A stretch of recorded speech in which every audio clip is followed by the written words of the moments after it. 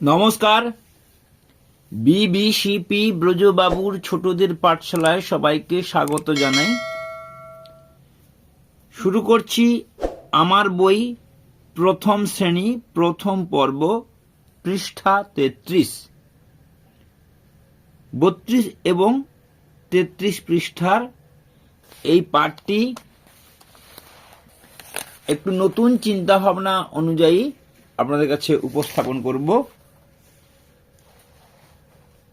আমি ধীরে ধীরে প্রতি 2 পৃষ্ঠা করে নিয়ে ভিডিও বানাচ্ছি আমার বইয়ের। আজকে আমি 32-33 পৃষ্ঠা পর্যন্ত চলে আসছি। প্রথম পর্বের এই ভিডিওগুলি শেষ করার পরে আবার অন্য কোনো বই শুরু করব। যাই হোক, আমি শুরু করছি আজকের মূল পর্যায়ে। আমরা এখানে কি কি ছাত্রছাত্রীদের শেখাবো, কিভাবে শেখাবো এবং শেখানোর পর তাদের কাছ থেকে কি জানতে চাইব, এইসব কথাগুলি বিস্তৃত আকারে আলোচনা করব। প্রথমে কি না, জানা থেকে অজানায় যাব, মূর্ত থেকে অর্ধমূর্ত এবং তারপর বিমূর্ত, এইভাবে আমরা এগোবো। এই পাতাটির সাথে আগের পাতার সম্পর্ক আলোচনা করব এবং এই পাতাটি কোন স্যার পড়াবেন, ছবি আঁকার স্যার পড়াবেন না বাংলার স্যার পড়াবেন না ইংরেজির স্যার পড়াবেন, সেইটার জন্য একটু ছোট্ট টিপস বলে দিচ্ছি। এখানে নির্দেশিকাটা যেহেতু ইংরেজিতে দেওয়া আছে, তাই ইংরেজি বিষয়ের স্যার, যেহেতু আমরা ইংরেজি অঙ্ক বাংলা এরকম করেই ক্লাসে পড়াই, ইংরেজি স্যারই এই পাঠটি পড়াবেন। কি হয়েছে, students will look at the picture and identify the object. Identify the object বলতে, দেখুন এখানে যে ছবিগুলো দেওয়া আছে এর বেশিরভাগ ছবিগুলো ঘটনাক্রম অনুযায়ী একটা চিত্র, যখন পুরো স্কুলের চিত্র তুলে ধরা হচ্ছে সেখানে কিন্তু একসাথে সমস্ত ছবিগুলো আছে। সেই ছবিগুলোরই কিছু কিছু অংশ এখানে তুলে আনা হয়েছে। তাহলে কি হলো না, এটা সেই ছাত্রছাত্রী জামা পরে আছে, সেই জামার ইংরেজিটা জানবো ক্লথস বা শার্ট, SHIRT। সেখানে ওই ছবিগুলো এখানে দেওয়া ছিল, ছবি এবং তার ইংরেজি অর্থ দেওয়া ছিল। তাহলে সেখানে ইংরেজি অর্থটা শিখে গেছি। জানা থেকে অজানা কেন বলেছি, জানা গেছি। এবারে ছবি দেওয়া আছে, তাই ইংরেজি নামগুলো বলতে একটু কঠিন করা হচ্ছে।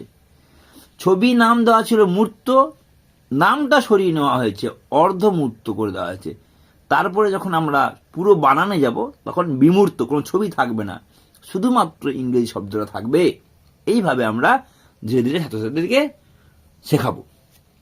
তারপরে কি, বল বলতে পারি বা ফুটবল বলতে পারি, frock FROCK, fan FAN fan, এটা বাল্ব বলতে পারি BULB বা লাইট বলতে পারি, glass GLASS, calendar CALENDER, chart CHART chart, table বলতে পারি TABLE বা ডেস্ক।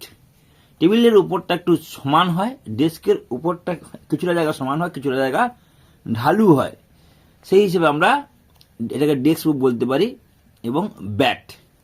তাহলে সেখানের কিছু ছবি, আরো কিছু নতুন ছবি দিয়ে আগের পৃষ্ঠার সঙ্গে সম্পর্ক রেখে আমরা পাঠটা ভালো করে বুঝে নিলাম। এখন সময় যদি আমাদের বেড়ে যায়, সময় যদি অ্যাডভান্স ছাত্রদের জন্য আমরা এরপরে কি শেখাতে পারি, কি শেখাবো না, এ দিয়ে শুরু শব্দ। এখানে এ দিয়ে কোন শব্দটা শুরু হয়েছে, এ দিয়ে আপাতত এখানে কোনো শব্দ নেই। তাহলে আমরা আমাদের মাথা থেকে বলার চেষ্টা করব, জানা থেকে অজানা। এখানে আপেল নেই, আমরা আপেল বলবো। হ্যাঁ, বি দিয়ে কি ছবি আছে, এখানে বাল্ব আছে। সি দিয়ে কি ছবি আছে, সি দিয়ে ক্লথ আছে, ক্যালেন্ডার আছে, চার্ট আছে।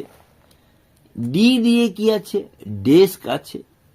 হ্যাঁ, বি দিয়ে ব্যাট আছে। এইভাবে আমরা এখানে তাদের ধারণাটাকে স্পষ্ট করার জন্য আরো এরকম ভাবে প্রশ্ন তৈরি করতে পারি। আমরা 32 পৃষ্ঠা আলোচনা শেষ করার পর সরাসরি চলে যাব 33 পৃষ্ঠায়। আমার বইয়ের প্রথম শ্রেণীর প্রথম পর্বে 33 পৃষ্ঠায় আমরা কিভাবে উপস্থাপন করব। বেশিরভাগ ছাত্রছাত্রীরা কি করেছে না ওইটার মতো করে ছবি এঁকে দিয়েছে, তারা যেমন পেরেছে ছবি এঁকে দিয়েছে। তাহলে এইভাবে রং করেছে। শিক্ষার্থীরা বাঁ দিকের ছবি দেখে ডান দিকের ছবি আঁকবে, প্রত্যেকটি বস্তুর উপযোগিতা সম্পর্কে পরিচিত হবে। এখন এটা পুরনো বই দেখে তারা উপযোগিতাটা কি শিখলো বা আলোচনা করলো, এখানে তো আমরা সেই পুরনো তথ্য পাবো না। তাই এখানে আমরা উপযোগিতা বলবো। ডিম খেলে কি হয়, উপযোগিতার পাশাপাশি আরো কি কি প্রশ্ন জিজ্ঞাসা করতে পারি। কোথায় দেখতে পাই, দোকানে ডিম দেখা যায়, মোরগের ফার্মে ডিম দেখতে পাওয়া যায়, ডিমের গায়ের রং কি, ডিমের ভেতরে কি থাকে। আমরা এরকম করে তাদেরকে বিভিন্ন কথা বলানো শেখাতে পারি। তারপরে এটা কি, আপেল, তারা, টুপি, ফুল এবং পাখি। এরপরে আমরা কি শেখাতে চাই, কি রং দেব, ডিমে কি রং দেব, আপেলে কি রং দেব, সব ছাত্রছাত্রীরা আঁকবে। সেই তারপরে তো তাদের রং দিতে হবে, তাই কি রং দেব। সরল রেখার ছবি, কোন কোন ছবিটা কেবলমাত্র সরল রেখা দেখা দিয়ে কয়েকটা সরল রেখা দিয়ে আঁকা যাবে, তাহলে এইটা। এবং এই পাখি আঁকতে গেলে কিছু সরল রেখা কিছু বাঁকা রেখা দিয়ে আঁকতে হবে। আচ্ছা, বাঁকা রেখার ছবি কোনটা, তাহলে এই ছবিগুলো বাঁকা রেখার ছবি। তাহলে বাঁকা রেখার ছবি তারা বলবে। প্রতিটি ছবির সাথে সম্পর্ক রেখে আরো কি ছবি থাকলে ভালো হতো, তাহলে ডিমের সাথে যদি মোরগ থাকতো, আপেলের সাথে যদি প্লেট থাকতো বা কাটা আপেল একটা থাকতো, সেটাও আমরা আঁকা শিখব। সূর্য আঁকা, তারা আঁকা আছে, এখানে সূর্য আঁকাটাও আমরা শিখে নিতে পারি। টুপি আঁকা আছে, টুপির সঙ্গে, টুপিটা গ্রীষ্মকালীন, তার সঙ্গে সম্পর্ক রেখে ছাতা আঁকা শিখতে পারি। ফুল আঁকা আছে, ফুলের সঙ্গে আমরা ফুলের টব আঁকা শিখতে পারি। পাখি আছে, পাখিটা ডালে বসে থাকলে ভালো হতো, তাই আমরা পাখিটাকে ডালে কিভাবে বসে আছে সেভাবে আঁকা শিখতে পারি। এটা কেবলমাত্র অ্যাডভান্স স্টুডেন্টদের জন্য।